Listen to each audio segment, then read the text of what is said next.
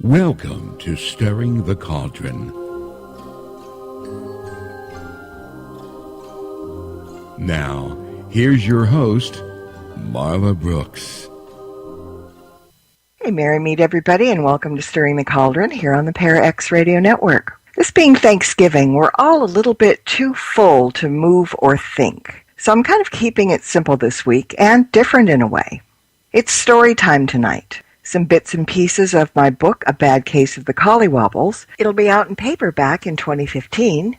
So listen carefully, because all the voices except for mine, which he could have done a lot better than me, were done by our good friend, the very talented Steve Shockley, Mr. Rock with the Shock himself. Enjoy! Shelley Gordon is a single freelance writer who just moved into a beautiful new apartment that she came across quite by accident, or so she thought.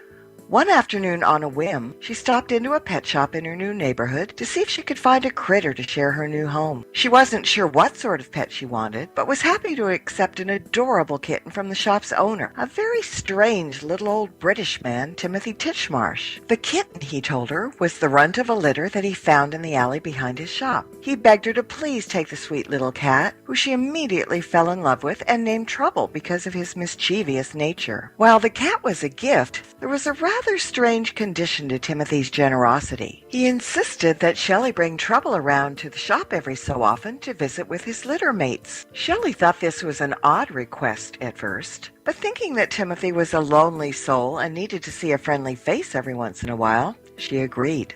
In the weeks that followed, she and Timothy became unlikely friends, even though she couldn't quite shake the feeling that there was something about him that just didn't add up. One Saturday afternoon, after a rough night of tossing, turning, and having another nightmare about a five-headed dragon, Shelley and Trouble paid a visit to Timothy, unaware that he was planning on serving up more than just their usual afternoon tea and biscuits. Timothy was pleased to see Shelley and was polite enough not to mention her bedraggled appearance. As soon as Trouble ran off to join his family, Shelley and Timothy went into the back room to chat. It looked as though he had been working on something just before she got there, because there was a very large leather-bound book with yellowed pages sitting open on the table. An old-fashioned fountain pen sat in the crease between the book's pages. It looked like a ledger of sorts, with lines, columns, and a list of names running halfway down the page. That was all she could see before the old man swooped over and hurriedly snatched it up, mumbling something about inventory as he set it down on an end table next to a big, well-worn, overstuffed chair on the other side of the room. "Oh, Timothy, I'm so sorry. I wasn't trying to be nosy," she said, afraid that Timothy might think she was snooping. "I was just admiring what seemed to be a very beautiful old book." Timothy ignored her apology, then quickly regained his composure and explained that he'd picked up the book at a yard sale a few years back. "I didn't need it at the time, but it just caught me eye." He patted the book as though trying to make sure it would stay closed. "It sat around gathering dust for the longest time, so I finally decided to use it for keeping track of merchandise and stuff." It looked as though he was uncomfortable talking about the book for some reason, so Shelley was thankful when he quickly changed the subject and offered her a cup of tea. While the shopkeeper puttered around the kitchen, the two chatted about her recent trip to Chinatown and the birthday gifts she got from her best friends Gail and Charlotte. By the time Timothy brought the tea tray to the table and filled her cup, Shelley had talked so much that her mouth was dry and immediately took a couple of large gulps of tea before realizing that the bitter brew wasn't Timothy's usual blend. It had a strange, unpleasant aftertaste and was so unpalatable she wasn't sure that she'd be able to get any more of it down. "Don't you like the tea, miss?" he asked, noticing her sour expression. "I thought I'd try something different this time," he explained, watching her politely set the cup down in its saucer.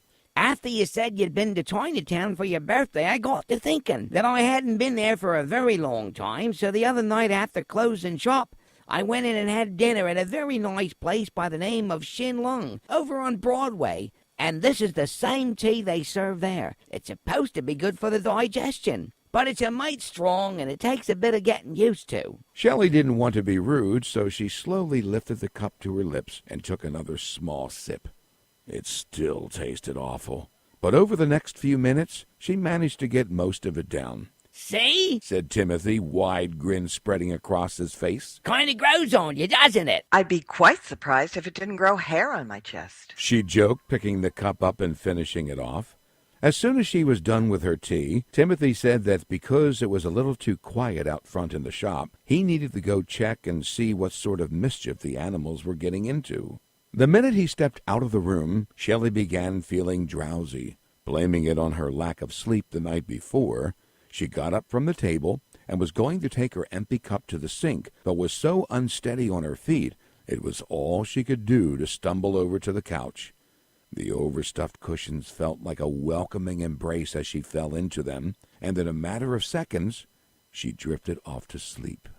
She was soon dreaming again. She was back in the meadow where she had encountered the 5-headed dragon. But this time it wasn't the dragon who was trying to speak to her. It was Mr. Titchmarsh. He was standing before her, and his sobering expression and uncomfortable demeanor made her think that she wasn't going to like what he had to say. When he tried to speak, it was with great difficulty, and he had to clear his throat several times before he could finally get the words out. There's something I got to tell you, Shelley, and it's very important that you hear me out. I've been told not to explain very much just yet, but there's a few things you need to know. The look of concern on Timothy's face frightened her, and when he crouched down so that they were practically nose to nose, the old man looked even more time-worn than usual. There's something very special about you, and it's time you knew the truth. He sighed, sounding as though he were trying to choose his words carefully. I know this might come as a bit of a shock, Miss Shelley, but you're a witch. Thinking she must have misunderstood what he just said, Shelley stared back without comment, leaving Timothy no other choice than to continue his discourse. Your grandparents never told you anything about it because they was hoping you'd never need to find out. You see, your powers was passed down from your grandfather's side of the family, and all them stories you heard about your great-grandma Sophie was true. Shelley pulled herself into an upright position because she suddenly realized that she wasn't asleep any longer, and that she and Mr. Titchmarsh were actually having this outrageous conversation. How do you know about Sophie? She asked, trying to stand up with a great deal of difficulty. And what's all this nonsense about my ancestors being witches? Even if I believed you, which I don't, that doesn't make me one. Seeing that she was still quite unsteady, Timothy reached over and gently took her arm. First of all, sit back down before you fall, he said, making sure that she was safely back on the couch. And not all your ancestors was magical folk, just a select few. You see, heredity skips a generation here and there, and in your case it skipped 3 generations. The reason you wasn't told about it when you was young was because your grandparents were trying to protect you. As he was talking, Shelley flashed on the improbable story Timothy told her about how he acquired his pet penguin, Kugel, and thought this was just another one of his fairy tales. And what were they supposedly protecting me from? He could tell that she didn't believe him and reached out and took her hand. They had to protect you from things a young child shouldn't have to be worrying about. And they did a fair job doing it, too. But sometimes circumstances change. And that's why you need to know the truth. What truth? Let me start by saying that the world around us is very complex. It's made up of many layers, just like an onion. And when you starts to peel back the layers, you uncovers new information. Whether the knowledge is good or bad, it's always revealed to those who are supposed to acquire it. And in your case, it all started when you was just a little girl, but you was too young and innocent to see the signs. Remember the shaky bed you slept in when you was living in the duplex? Or the trouble you had walking into your grandparents' bedroom in the other house?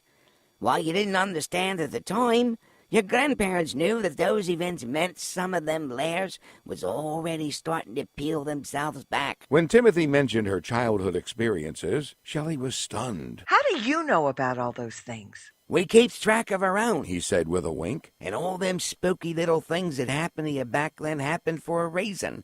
Not a good reason, mind you, But fortunately, we was able to sort it all out, 'cause you see, you've always been at risk because of who you are. And although you never knew it, we was able to make sure you stayed safe. Who do you mean by we? Remember your little birds, Harry? And your hamsters and guinea pigs? And all them other critters you used to have about? Yeah, he was a white parakeet and as mean as can be. But I loved him anyway. Then she got quiet for a moment, and her face clouded over. I don't remember any of my pets ever dying, though. They just seemed to eventually disappear. Grandma always told me they ran away. Well, in a manner of speaking, they did. Your bird Terry was your main watcher.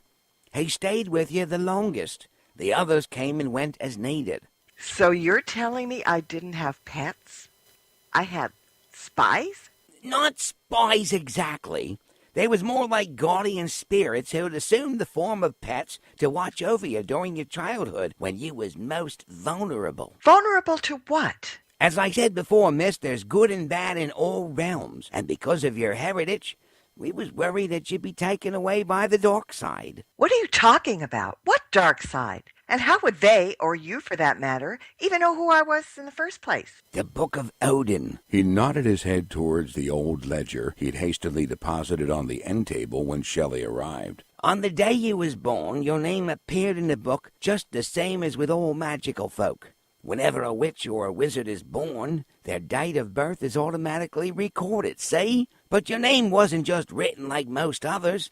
It appeared with a shimmering aura around it.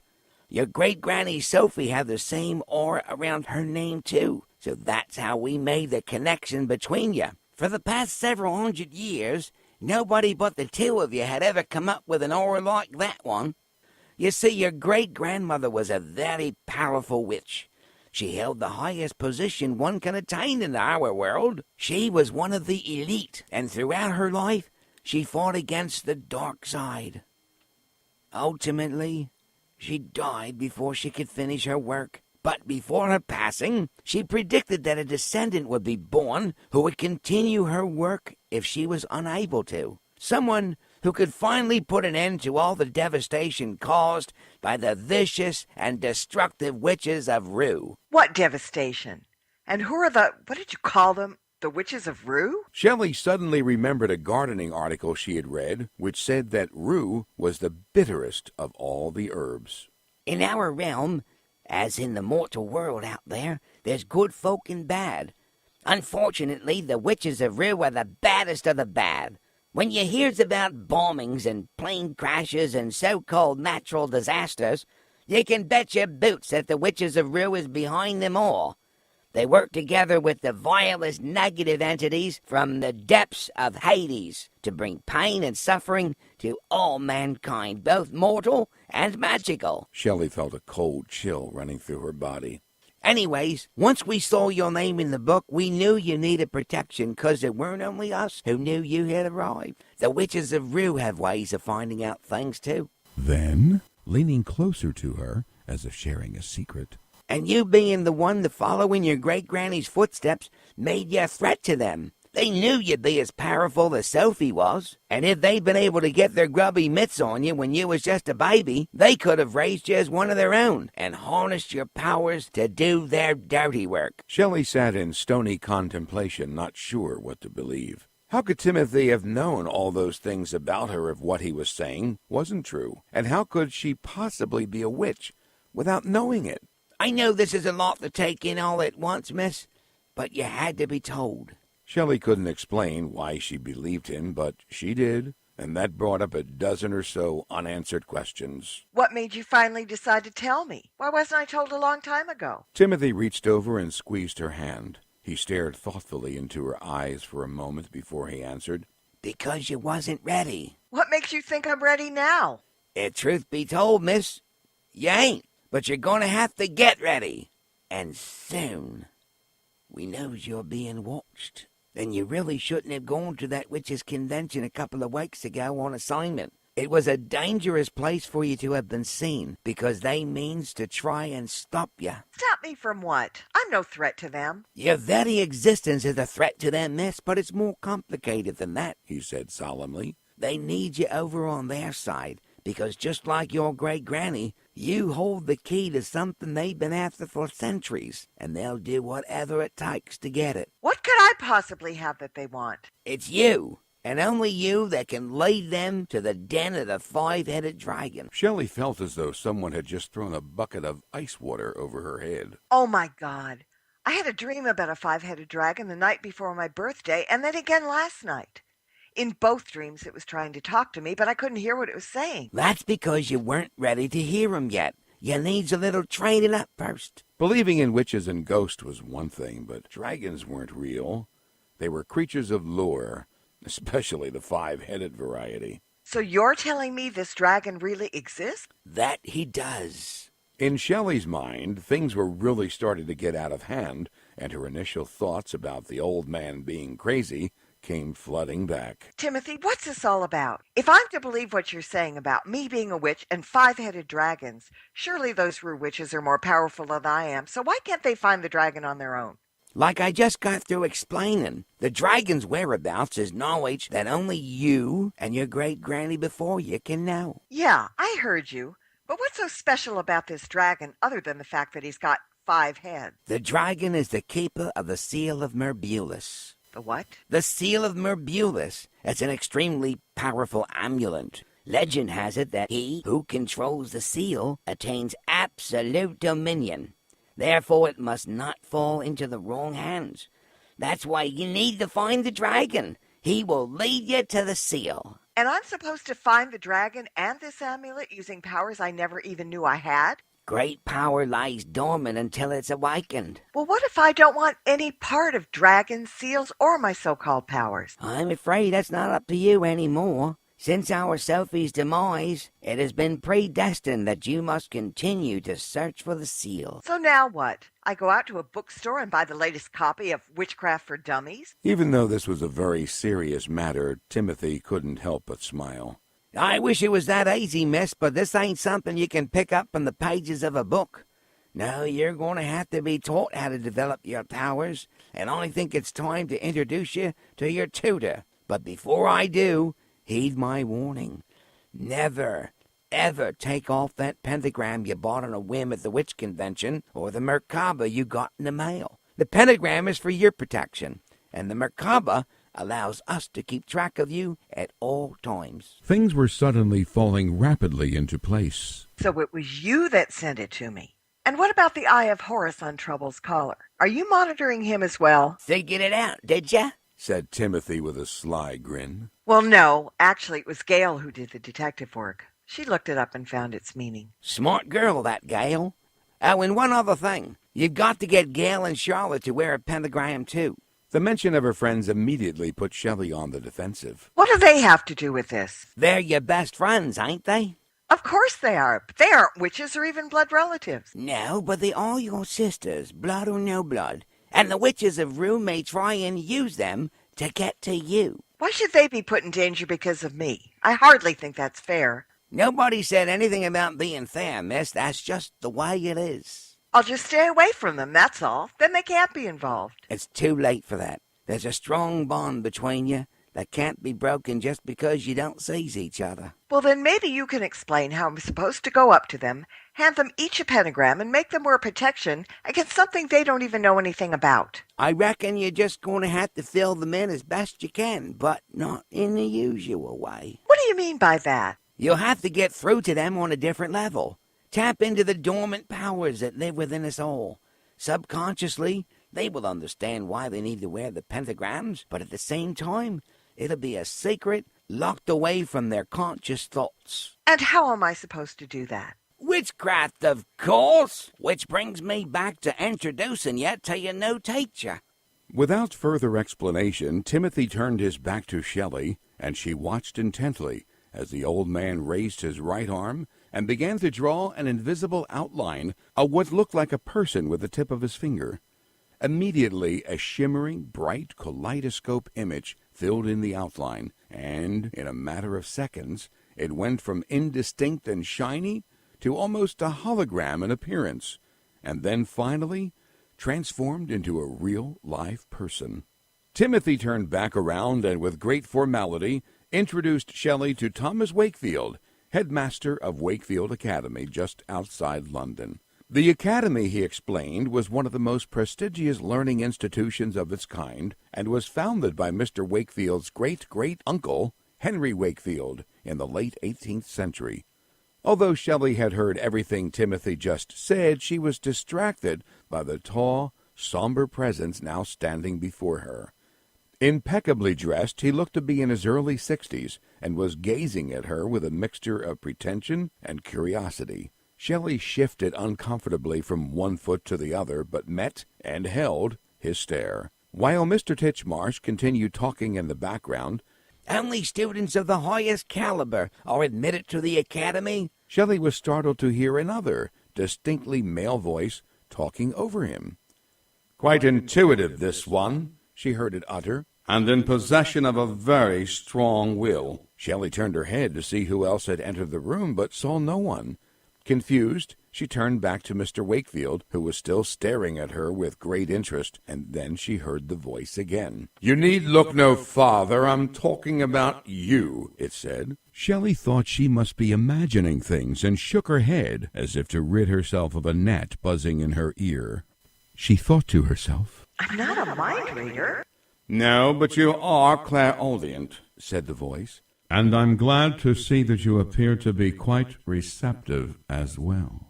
Mr. Titchmarsh interrupted their unspoken conversation when he walked over to Shelley, put his arm around her waist, and urged her closer to her new instructor. Headmaster Wakefield, this is Shelley, he said, nodding at her. "How do you do?" asked the headmaster, politely extending his hand. A little overwhelmed, thank you. She was still marveling at their ability to communicate without uttering a word. Because he was not prone to participating in idle chit-chat, Mr. Wakefield got right to the point. "I'll be meeting with you in your apartment every evening at precisely 9 o'clock. I'd like for you to meditate for 15 minutes prior to my arrival, turn off your phone, and make sure that you are alone. There must be no interruptions. Is that clear?" Yes, of course. she said, feeling like she was back in 3rd grade and being called down by the principal. "Fine, I'll see you tomorrow night then," he said crisply. Then with a wave of his hand and a flash of light, Mr. Wakefield was gone. Nice bloke, said Timothy. A bit on the stuffy side he is, but there ain't nobody better to teach you what you needs to know. Shelley sat back down on the couch. She was still having trouble absorbing everything she'd heard in the last hour, and just wanted to go home, crawl into bed, and pretend this was all a bad dream. Timothy couldn't help but notice the weary look on her face. Life ain't all honey, and I know all of this has come as a bit of a shock to you, but it'll get better in time, you'll see. Shelley nodded half-heartedly. She knew he must be right, because at that moment she felt as though things couldn't possibly get any worse. The moment she got home, Shelley went straight to the bedroom closet and rummaged through her large keepsake trunk, looking for an old photograph of her great-grandmother Sophie. After about 5 minutes of intense digging, she finally located the photo, dusted it off, then stared into the old woman's face. She hadn't looked at the picture for quite a while, but Sophie's stern image was just as frightening as she remembered, but not so frightening that it stopped her from lashing out. How dare you do this to me? She screamed at the faded likeness. You've single-handedly ruined my life, you old witch, and put my friends in danger as well. What the hell were you thinking? The outburst didn't make her feel any better, and Shelley was just about to throw the picture across the room when the cold silver frame began to vibrate in her hands and grow warm to the touch. Then her grandmother's dour likeness began to transform from a one-dimensional black-and-white photograph into a colorful, lifelike image and began to speak. My darling granddaughter, it was never my intention to place you or your friends in harm's way. Shelley was dumbstruck. Under normal circumstances, she would have dropped the frame and run out of the room. But after having just spent the afternoon with Mr. Titchmarsh, she was beginning to think that anything was possible.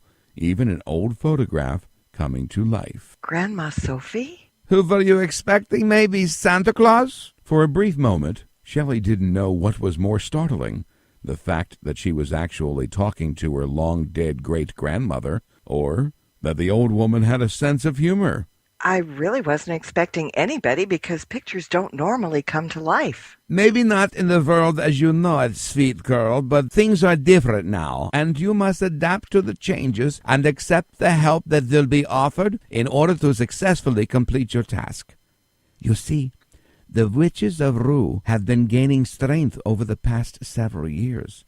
They alone are responsible for the terrible tragedy that has befallen your world. These horrendous creatures thrive on pain and suffering, and they become more powerful as each tragedy unfolds. All of the atrocities mankind has been experiencing up until now is child's play compared to what will come if the seal of Merbulus is not destroyed. And you are the only one that can do it. Shelley listened quietly to what her grandmother said, but was still not able to understand why such an impossible task was being forced upon her, and she was ready to explode. Why should it be up to me? Up until a couple of hours ago, I was just a struggling writer whose main concern was paying my rent. And now you expect me to come to the rescue and demolish that seal of whatever it is before a stupid coven of witches can get their hands on it first? That's ridiculous. It's not ridiculous at all. It's your destiny. Then it needs to be modified because I can't do it. Yes, you can, and with Mr. Wakefield's help, you will see it through, no matter how difficult things may get along the way. You must never forget that you are the great-granddaughter of an elite sorceress. If that was said to make Shelley feel better, it had the opposite effect. That's my whole point. You were an elite sorceress, and even you couldn't destroy the seal. Sophie didn't respond right away, and it looked as though she was remembering unpleasant thoughts. The reason I failed was not because I was attempting the impossible, she explained, shaking her head sadly. My undoing came about as a result of confiding in someone who ultimately betrayed me. I thought this was the person I could trust beyond all measure. But instead of helping to ensure my safety, she was responsible for my life ending prematurely. Shelley wasn't sure how to respond. If Sophie, a talented, highly respected sorceress, was guilty of such a profound error in judgment, it made no sense to trust a fledgling like herself to do any better. Sensing her granddaughter's doubts, Sophie did her best to try and console her. I know you don't realize it yet, but you do possess the necessary skills to accomplish the task. And this won't be a solitary pursuit. Even though you are the only one who can locate the dragon and ultimately destroy the seal, you will be assisted and protected whenever possible.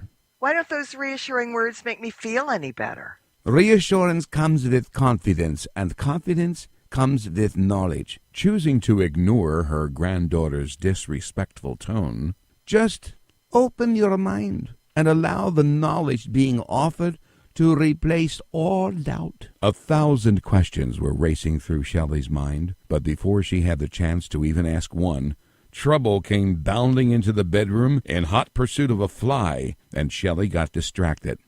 In the brief seconds it took to figure out what all the ruckus was about, Sophie's picture began to fade back to its original one-dimensional form. She shook the frame like a snow globe in the hopes that she could bring Sophie back. Wait! I've still got more questions to ask you. But her appeal fell on deaf ears, and the photo was silent once more.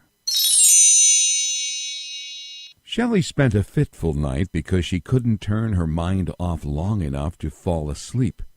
In a matter of hours, her life had changed radically, and she was having trouble trying to process the events of the day. First, she finds out that she's a witch.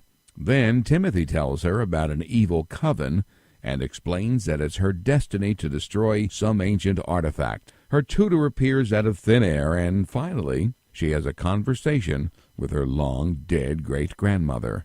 It was beyond bizarre.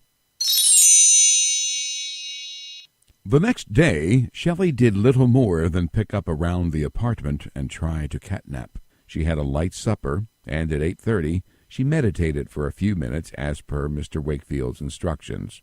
Then she made herself a strong cup of coffee and sat down at the kitchen table to wait for him. Because he didn't seem very friendly at their first meeting, Shelley was afraid of doing or saying the wrong thing once he got there.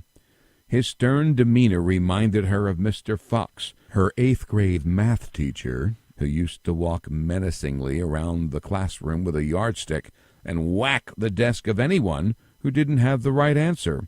She hoped her new tutor would not be as unforgiving.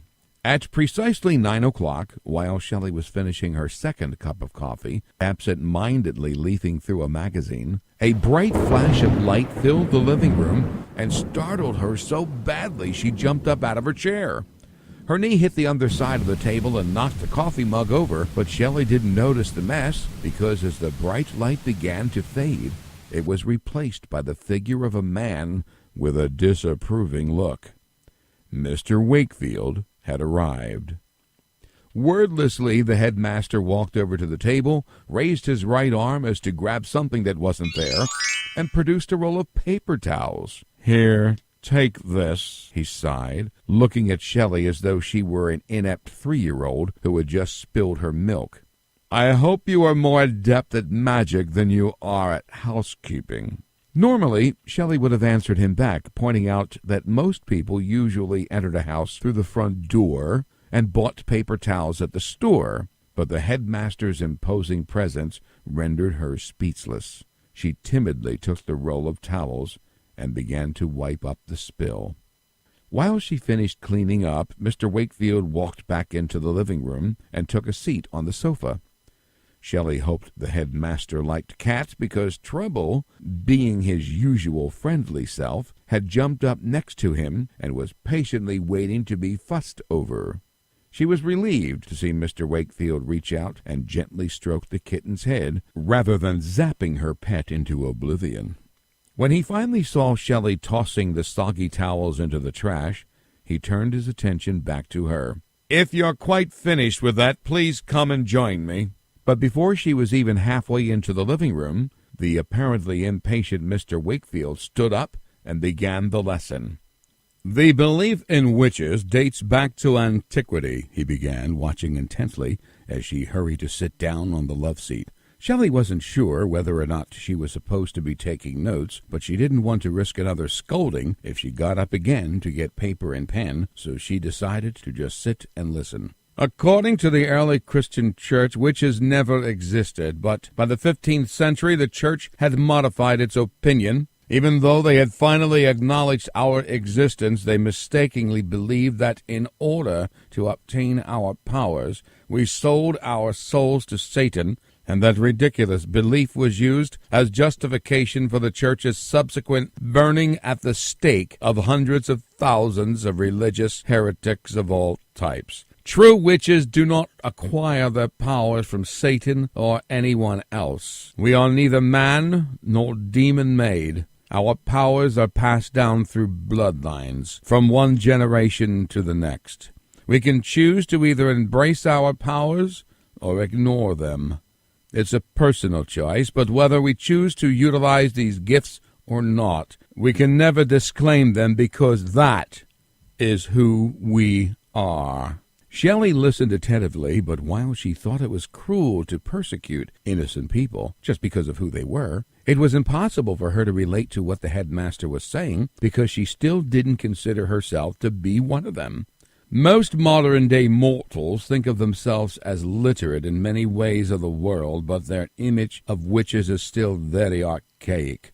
They think our sole purpose is to fly through the air on broomsticks at Halloween, shift our shapes to resemble animals, or to dedicate our lives to harming and killing our victims. While it's true that some of our kind still choose to use brooms as a mode of transportation, it's more for the fun of it than out of necessity. And while shape-shifting is, of course, possible, all that nonsense about us harming and killing victims is pure tripe. Magic is neither black nor white, good nor evil. It just is. That said, we'll leave the rest of the history lesson for another time. Meanwhile, I believe it is prudent that you learn the practical side of magic first, so I shall begin with teaching you how to cast a proper spell. Pay close attention, because your safety and the safety of those closest to you will depend on your ability to perform the spells correctly. Shelley felt a cold chill run up her spine. Since yesterday, she had been so self-absorbed by her own pity party, she'd pretty much forgotten that her newfound status as a witch could possibly affect others as well. Apparently unaware of or uninterested in Shelley's sudden revelation, Mr. Wakefield carried on. Contrary to what mortals believe, magical spells are not all about turning enemies into dust mops or frogs into a handsome prince. Spell work is a precise science that is a highly effective and reliable method to obtain specific results. There are various types of spells, and their methods vary accordingly from culture to culture. The purpose of spells is limitless, and they will include healing, success, longevity, and protection against evil. In order to be effective, a spell must be carefully planned and created for a specific purpose, taking into account all of the factors and forces involved in the situation. For example, turning his attention to a sad-looking potted geranium sitting on the windowsill, Shelley watched as Mr. Wakefield walked over to the plant and, with a look of intense concentration, waved his hand over the flower pot. In an instant, the wilting geranium was transformed into a lush, blooming plant. A magic spell is nothing more than a formalized intention, he explained, turning away from the window. Intense concentration is needed to achieve your goal. You must visualize your intent and believe that it has already been accomplished. During this process, your psychic power will peak and then be released and directed towards your goal. As I tell all of my students, wish honestly, then conjure boldly. Just then a bright ball of light passed through the living room wall and delicately floated over to Mr. Wakefield, where it silently hovered in front of his face. Shelley didn't know what to make of this sudden apparition and slowly backed away. "Yes, what is it?"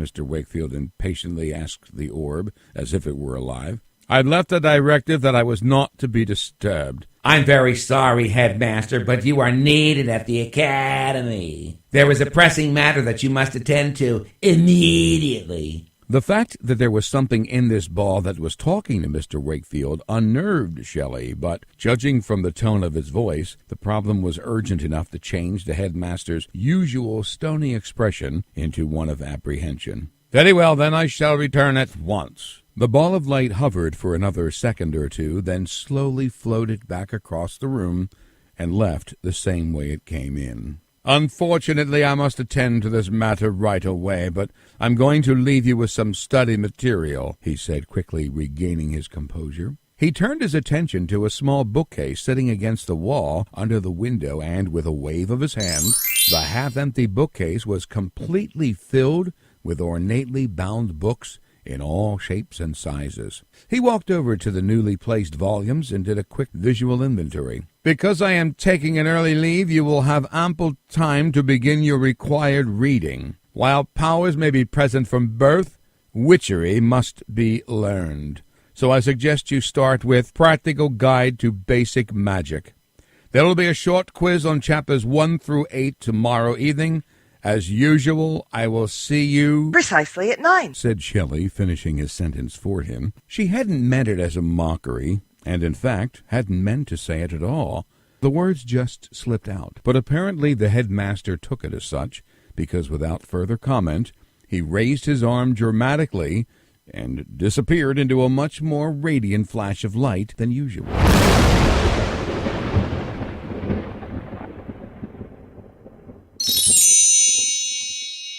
Over the next few nights, Shelley was not only instructed by Mr. Wakefield, she also learned some very disturbing truths. There were 5 seemingly impossible tasks for her to complete before the 5-headed dragon led her to the Seal of Merbulus, and the witches of Rue Coven were watching her every move. It was decided that Shelley needed to be out of harm's way, and that she would continue her lessons at Wakefield Academy.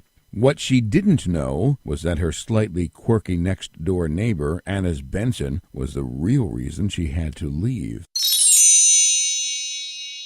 Shelley had trouble falling asleep the night before her departure. On the one hand, she was excited about her visit to the academy, but at the same time didn't like the idea that she'd be constantly under the headmaster's watchful eye. By 7 the next morning, she decided it was futile to stay in bed any longer, and after a quick shower and a large cup of coffee, Shelley called both Charlotte and Gail and told them of her travel plans. Even though she didn't offer them too many details, she knew they didn't think she was heading off to Cancun on a pleasure trip, because they both strongly suggested she watch her back and take care of herself. The rest of the day was spent packing and tidying up the house. Then she sat in the living room, absent-mindedly practicing levitation of odd objects with her wand to pass the time. Trouble was gleefully chasing a small moth that was flittering around the room. At precisely 9 o'clock,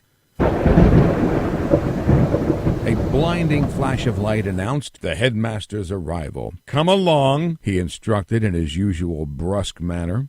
Shelley always thought it was amusing that the headmaster never bothered with such trivialities as a proper greeting. "We've got just enough time to make it back to the academy and to get you and Trouble settled in before breakfast. Bring your suitcase over here and set them down next to me. And please place the cat inside his carrier to ensure his safety during our brief journey." Trouble had only used this portable house a few times in the past, but when Shelley opened its door, the cat happily walked inside. She zipped the door closed, then grabbed hold of the handle, and with a wave of Mr. Wakefield's hand,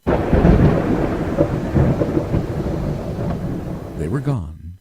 If the headmaster had not been in such a hurry to leave, he might have realized that their departure had not gone unnoticed. Once Shelley and Mr. Wakefield were gone, the tiny little moth they left behind flitted down to the floor, and a moment later, its true form was revealed in a radiant flash of light. As the brilliance faded away, Ian Edwards, one of Annis Benson's Rue Coven members, dusted himself off, then hurried over to the common wall separating Shelley's and Annis Benson's apartment and walked through to the other side. He was certain that she would be quite pleased with the information he had just gathered where Shelley had gone. As Mr. Edwards was passing on the information to Annis Benson, Shelley was trying to catch her balance. She was unsteady on her feet when they popped into the living room of her flat at Wakefield Academy and had to steady herself with the help of a nearby sofa. She set Trouble's carrier down, then looked around at the tastefully furnished room with a welcoming fire blazing in the large stone fireplace. A rounded archway to her left led to a tiny open kitchen, and to her right a hallway led to what she guessed was the bedroom and bath. A huge, ornate, and very worn area rug covered most of the stone floor.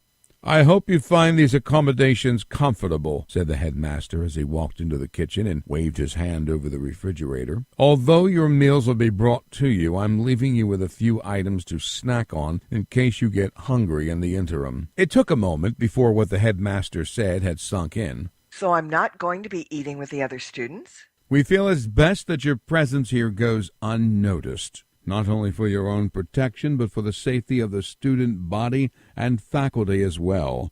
Professors McKilligan and Smythe will come in throughout the day to tutor you, and your personal maid will bring in your meals, clean the flat, and collect your laundry." "I feel like I'm under house arrest." As she was grumbling, she walked over to one of the huge windows that overlooked the lush park-like grounds. "I'm surrounded by beauty, and you're telling me I can't even go outside and enjoy it. Poor Trouble would love to be able to romp around out there, and I was hoping to be able to explore the school while I'm here as well." "This is not a vacation, Miss Golden," said the headmaster in his usual authoritarian tone. "There is much work to do." Noticing her downcast demeanor, he softened a bit and added, "I will personally give you a tour of the school this evening after the students have gone to bed, and will also see to it that Trouble gets plenty of fresh air and exercise. He can join my cat, Perseus, on his daily romp. Now, if you'll excuse me, I've got to get down to breakfast. Sarah will be in shortly to bring you your meal. After you're done eating, might I suggest a short nap before your first lesson this afternoon? You're looking somewhat peckish." As soon as he'd gone, Shelley let Trouble out of his carrier and carried her suitcases into the bedroom. The room was sparsely furnished with just a bed, an end table, a small dresser, and an armoire in which to hang her clothes. She had just gotten her things put away and stowed the suitcases under the bed when she heard a light knock on the front door, followed by a friendly voice. Miss Shelley, it's me, Sarah. I'll be looking after you while you're here, and I've come with your breakfast. Shelley came into the room to find a plump older woman with graying hair neatly tucked away in a bun, setting a large covered tray on the coffee table in front of the sofa. When she heard Shelley enter the room, Sarah turned to her and offered a warm, welcoming smile. I brought you a full English breakfast, she said proudly, pointing over to the table. Shelley wasn't sure what that meant, but when she lifted the cover off the oversized dish, was stunned to see the heroic portion of food placed before her. Wow, is this all for me? Tuck in, miss. Sarah then ushered Shelley over to the sofa. Breakfast is the most important meal of the day. Adjusting to life at Wakefield Academy wasn't easy, and Shelley's first lesson with one of her tutors, Professor McKilligan, showed her how much more she really needed to learn. The headmaster has asked me to help you perfect those skills you have already learned, and to expand your knowledge in a few more areas of study as well. He's informed me that you have been practicing basic wand skills, levitation, immobilization, and evanescence. Would you mind giving me a short demonstration? Perhaps a simple conjuring spell to begin with. Shelley stood up slowly, feeling like an 8-year-old at her first piano recital, and hoped she wouldn't hit any sour notes during her exhibition. Well, let's see. I'm kind of craving sweets, so I think I'll conjure up a plate of brownies. This was something Shelley had never tried to do before, and hoped she could pull it off. Okay, I just need to focus on my intentions, visualize the object I'm asking for, then wave my wand like this, and... Oh, no! Professor McKilligan began laughing so hard he could barely speak because instead of a plate of moist, chewy brownies, Shelley had inadvertently conjured up a plate of real brownies instead. Are they dangerous? She said, staring down at several tiny, shaggy imps. They were dressed in ragged brown clothes and were staring up at her with a great deal of curiosity. Not really, even though they are technically classified as hobgoblins, he said, wiping the tears from his eyes. They are household spirits, and most families are proud of their brownies because they bring good fortune. To lose one is viewed as disastrous, but by the same token, outside their family, a brownie is looked upon with caution because they are prone to mischief when they're annoyed.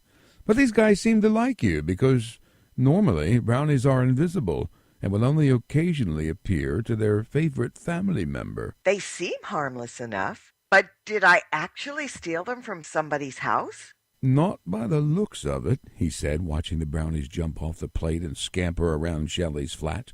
Within seconds they had scattered in all directions and disappeared. I believe they are yours to keep. Despite the brownie incident, all in all, Shelley's visit to the academy went very well, and the days flew by. It was Shelley's understanding she'd only be at the academy for the better part of a week, and when she packed her suitcases the night before she was to return home, she was feeling somewhat melancholy about leaving, and thought about how wonderful it would have been to attend the school as a child. For the past week, she'd been living in a whole new world, full of wonder and awe, and rather than feeling out of place in her new surroundings, for the first time since Shelley found out she was a witch, she finally felt as though she belonged. She was sorry about having to leave the academy, but knew she had to get back to her own life. She couldn't wait to tell Charlotte and Gail all about her visit.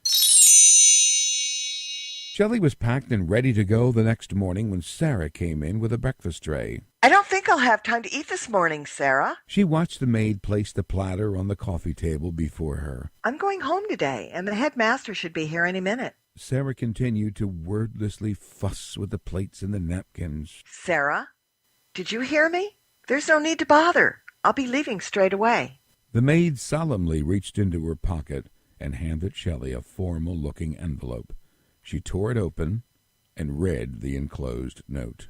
Miss Golden, I must regrettably inform you that due to circumstances beyond our immediate control, you will be remaining at Wakefield Academy indefinitely. We will endeavor to make your stay as comfortable as possible. Your lessons with Professors McKilligan and Smythe will resume this afternoon as usual. Very truly yours, Thomas Wakefield. Shelley looked up at Sarah. Do you know anything about this? Sarah shook her head, but the maid's uncomfortable demeanor told a different tale. Sarah, what is it? You can tell me. I'm afraid I can't, miss. I don't rightly know why you're not being allowed to return home. The headmaster just told me to continue bringing your meals as usual. As much as Shelley wanted to believe her, she was certain Sarah knew more than she was willing to admit. Mr. Wakefield had no doubt insisted the woman say nothing when asked. Over the past few days, Shelley had gotten to know Sarah fairly well, and because of the maid's chatty nature, she was sure that Sarah was busting to tell, but didn't press her any further. There'd be plenty of time for that later on. After breakfast, Shelley unpacked her clothes and was walking into the kitchen for a glass of water when she heard a knock at the door. It was too early for Sarah to be back with lunch, and Professor McKilligan wasn't due until 4. Because Shelley hadn't had any other company in the week she'd been there, she couldn't imagine who the visitor might be. Looking out the peephole, she was happily surprised to find Timothy Titchmarsh's smiling face staring back at her, and she quickly opened the door. I've had a meeting with the headmaster this morning, so I decided as long as I was here, I'd stop in and see how you was getting on. It's so good to see you. Please come in. Timothy poked his head in the door, had a look around, and then headed for the overstuffed chair next to the fireplace and made himself feel at home. Timothy, the meeting didn't happen to have anything to do with my still being here, did it? You might say that. He replied, scratching his chin. Is anyone planning to tell me what's going on? If it concerns me, don't I have a right to know? I reckon the headmaster will fill you in after he sorts things out, He replied. Shelley noticed that while he had the same twinkle in his eye, his clothes were more rumpled than usual, and he looked as though he hadn't had a whole lot of sleep lately. Are you okay? To quote Mr. Wakefield, you look rather peckish. Don't you worry none about me, miss, but I would fancy a nice cup of tea if you got any. Since Sarah was keeping her well fed, Shelley hadn't had to fix anything for herself, but she'd seen a kettle, teapot, and a box of loose tea in one of the cupboards. While she puttered in the kitchen, Trouble came out of the bedroom and was just as happy to see Timothy as Shelley was. He jumped into the old man's lap, purring loudly. He looks happy and healthy, he said when Shelley came back in and set the tea tray down on the coffee table. He's having a ball with Perseus. He gets along with Perseus better than I do with Mr. Wakefield, that's for sure. As a matter of fact, I haven't even seen the headmaster since the night I arrived. The only communication I've had since then was this note this morning telling me I couldn't go home. He's been a busy chap these past few days, what with the trouble at the embassy and all. The moment the words got out, Timothy realized he had said more than he meant to, and his momentary slip hadn't gone unnoticed. What kind of trouble at the embassy? Nothing that interests you? He tried to casually pick up his cup and saucer, only to have the tremor in his hand give him away. You're not a very good liar, Timothy Titchmarsh. I know all that embassy business has something to do with me still being here, doesn't it? I didn't stop by for you to give me the 3rd degree. Besides, the headmaster would skin me alive if he found that I told you. Shelley edged closer to Timothy and looked him straight in the eye. I'll skin you alive and save him the trouble if you don't. I guess it won't hurt if I tells you the basics, but you got to promise not to let on to the headmaster or anyone else that you know. Shelley agreed. The witches of Rue knows you gone missing, say? Someone saw you leave with Mr. Wakefield, and they got their knickers in a knot, 'cause without you, they had no way to find the seal. Shelley was stunned. How could anybody have seen me leave? Mr. Wakefield popped in as usual, and we left immediately. Nobody else was there. Your guess is as good as mine, but we suspect your neighbor, Annis Benson, had something to do with it, and that's why we don't think it's safe for you to go back home just yet. I wouldn't put anything past that old hag right now. You know Annis Benson? In a manner of speaking. You see, Annis Benson is the one responsible for Sophie's death. What Timothy just said didn't add up, How could that horrible woman have murdered her great-grandmother? Sophie had been dead for nearly 100 years. And what's more,